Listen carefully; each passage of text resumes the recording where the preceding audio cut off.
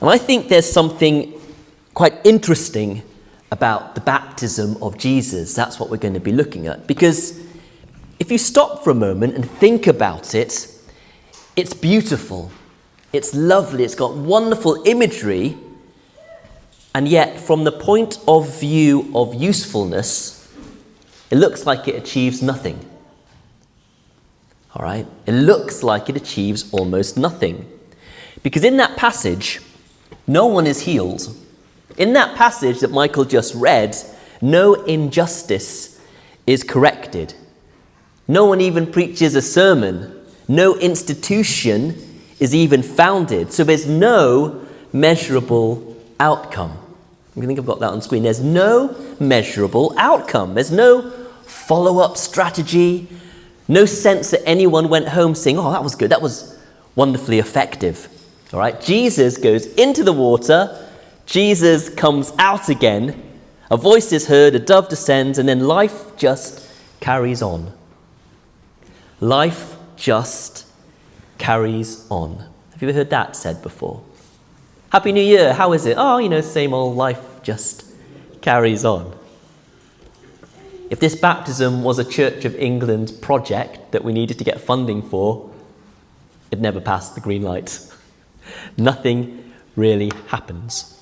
And yet, the Gospels, not just this Gospel, the other Gospels insist that this moment matters more, almost more than anything else.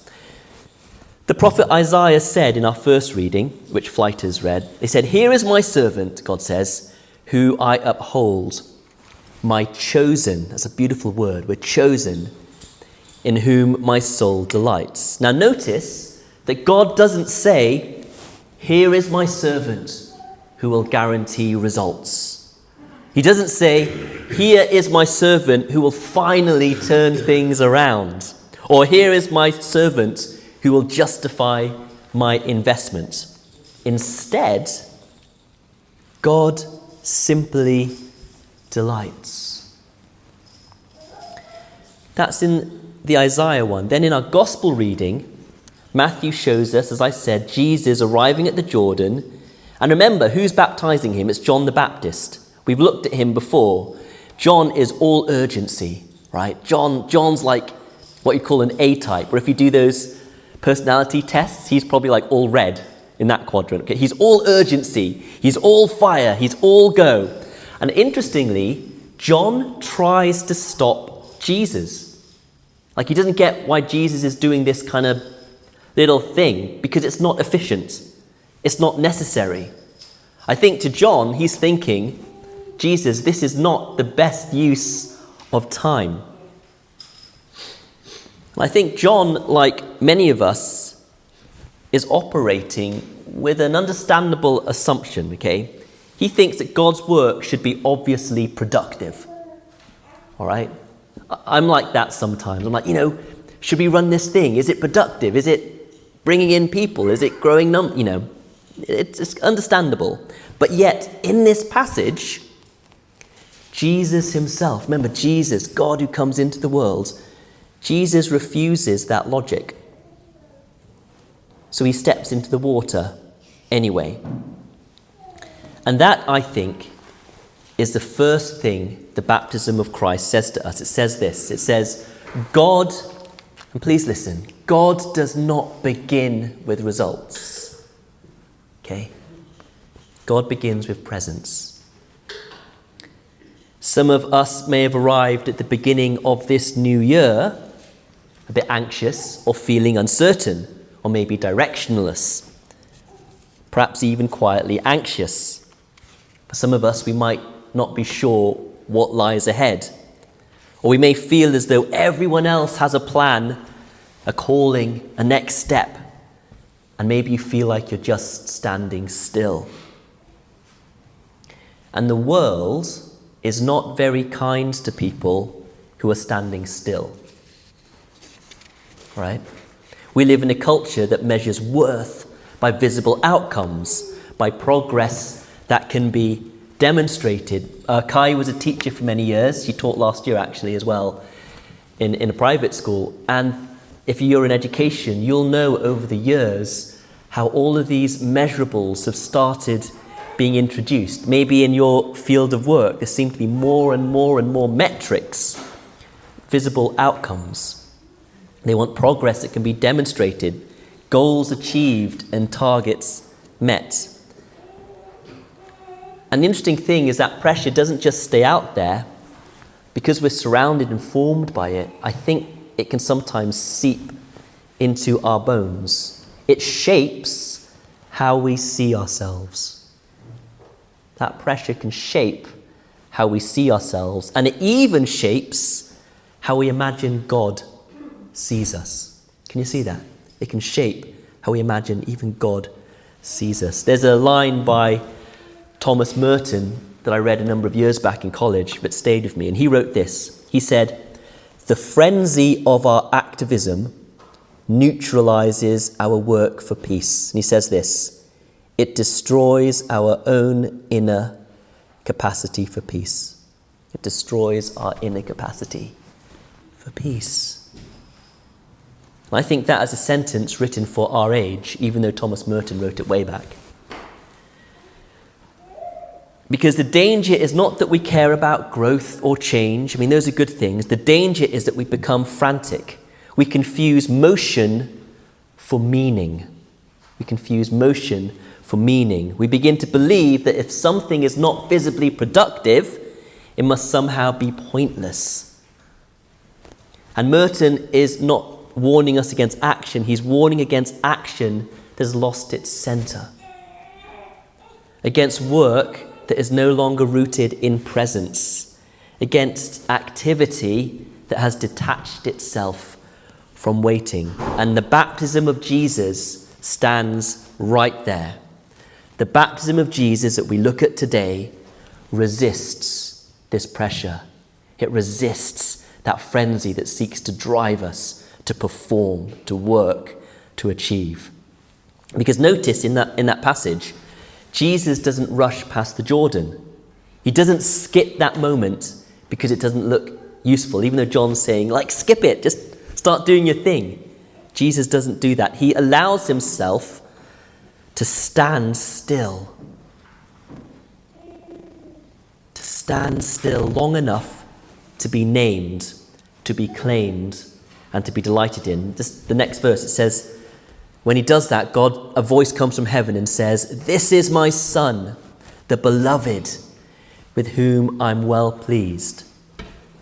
Notice when God says that, Jesus has not healed anyone yet. He has not preached his Sermon on the Mount. He's not even gathered his disciples. He's not done anything that could be reported at an APCM. Although someone may have been asking for numbers. God speaks pleasure before performance. And that matters profoundly for us as individuals and for us as a church.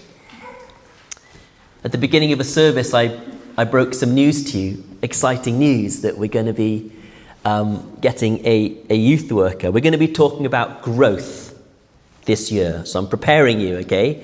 This year at St. John's, we're going to be talking about growth. We're going to be discerning the new things that God is doing in our hearts and in this community. We're going to be asking God where he might be leading us next. And this is good. This is exciting. This is faithful work. We're all going to be involved in it. But before we get carried away and frenzied with the activity, the baptism of Christ insists that the foundation of all of these cool things is not pressure. It's not anxiety. Okay? It's not fear of decline for us. Jesus' baptism reassures us that the foundation is belovedness. If there's a word you're going to take away today for you, for our church, it's that you are beloved. We don't hear that outside very much, do we? You are beloved. Jesus' baptism doesn't solve anything immediately, but it sets things in motion. Belovedness, knowing that you're loved, knowing that you're accepted, knowing that you're valued for who you are, all of you, who God made you, that becomes the ground from which Jesus teaches. That becomes the ground, the foundation from which he heals, for which he confronts injustice and gives himself away. And in that story, you know what happens next. After God speaks those words, what descends from the clouds? Anyone? A dove. And I haven't got a picture on the screen, but even better, if you just look up here at the very top round window, if you've never noticed it, is the image of a dove. Why does the dove matter? Not because it's dramatic, it's not some sort of artistic flair. A dove is gentle. The dove is gentle. I know some of us have had a pretty hard previous year where we felt a little bit bruised, a little bit lost and battered.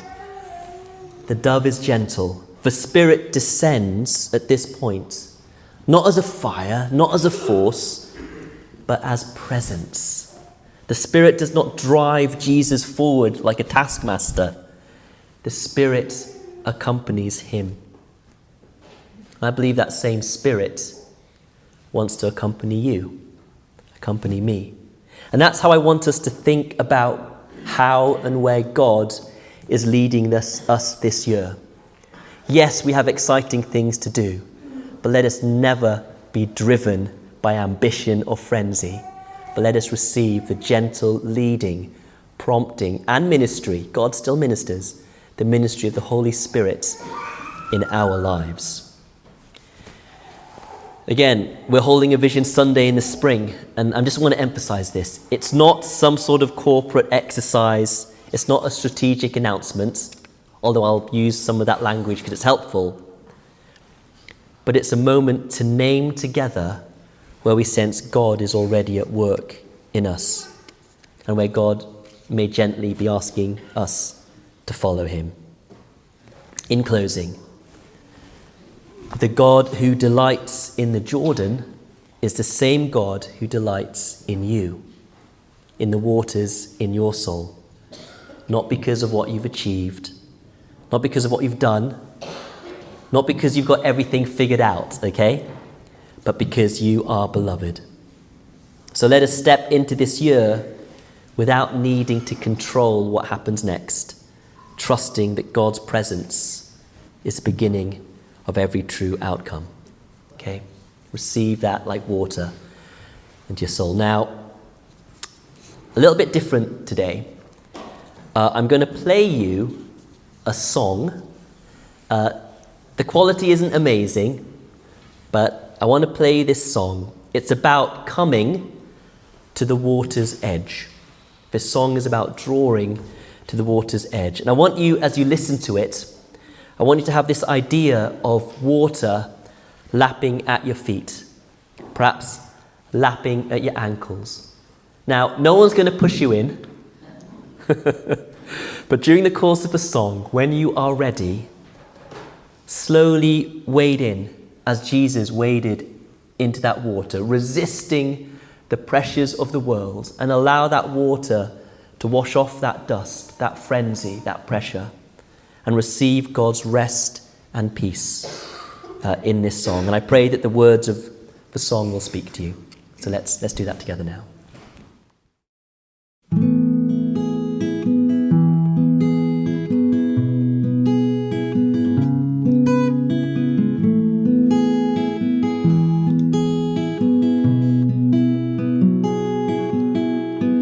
Take me down to the water's edge. Show me how to see you. I know you are God, so I will follow you, Lord, where you lead me. And I'll dance in your river of love, dance in your river of love. I'll dance in your river of love. because your love endures forever. Yeah.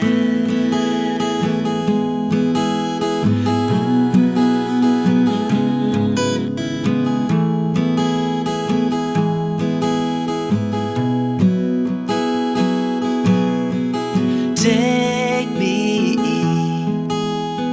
up to the mountain ledge. Show me how to hear you. I know you are God, so I will trust in you, Lord, where you lead me. And I'll dance in the river of God, dance in the river of God. I'll dance in the river of God, because your love endures forever. And I'll dance in your river of love, dance in your river of love. I'll dance in your river of love, because your love endures forever. Hey, I have decided to follow Jesus, I will not hide it. No, I have decided to follow Jesus, I won't deny it.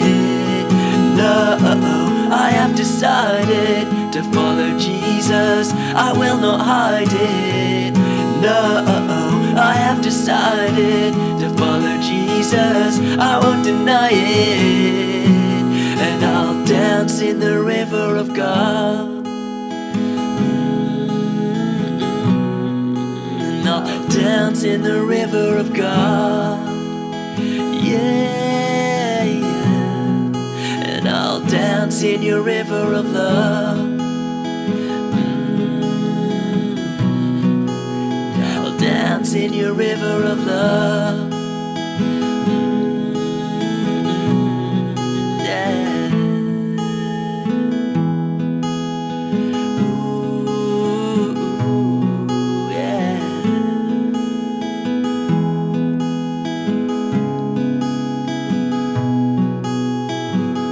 Wash over me, wash over me,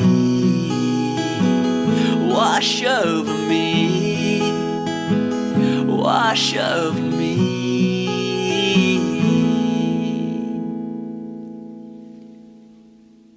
So the words of a song to go with the words that we received today is allow God's love at the beginning of this year to wash over you.